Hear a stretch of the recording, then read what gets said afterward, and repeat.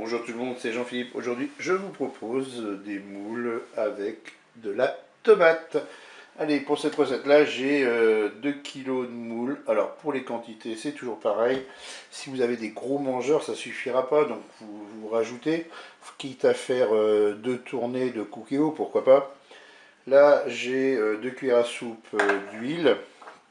Ici, 2 gousses d'ail coupées en morceaux, une petite boîte de tomates pelées, du sel et du poivre, un oignon coupé en morceaux. Je vais rajouter ma petite touche personnelle avec du piment d'Espelette. Et là, j'ai 100 ml de vin blanc avec 100 ml d'eau. On va se mettre en mode manuel et en mode doré. On va verser l'huile dans la cuve.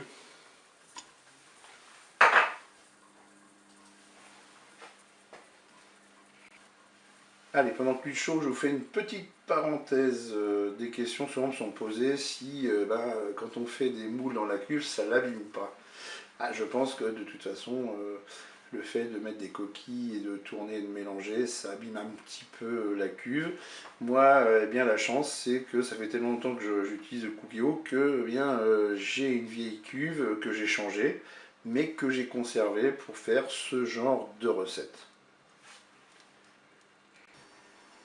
Le préchauffage est terminé, je vais pouvoir faire revenir mes oignons.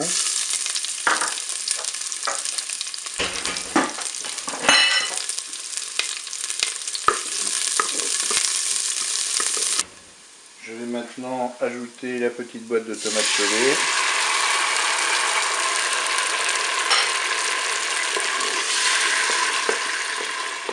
Si vous avez du persil, vous pouvez tout à fait en rajouter. Là, je vais mettre ma petite pincée de piment d'Espelette. Et bien finalement, je viens de retrouver un peu de persil congelé dans mon congélateur. Bien, je vais en rajouter quelques pincées.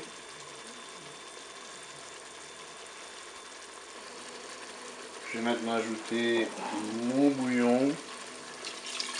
100 ml de vin blanc, 100 ml d'eau. On va mettre un peu de poivre. On mélange. Je vais maintenant mettre les moules dans la cuve.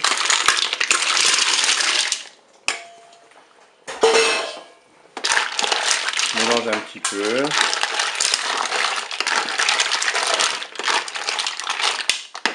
Et maintenant, on va passer en cuisson sous pression ou cuisson rapide.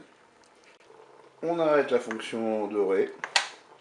On va passer en cuisson sous pression ou cuisson rapide. On va juste 3 minutes, ça va largement suffire.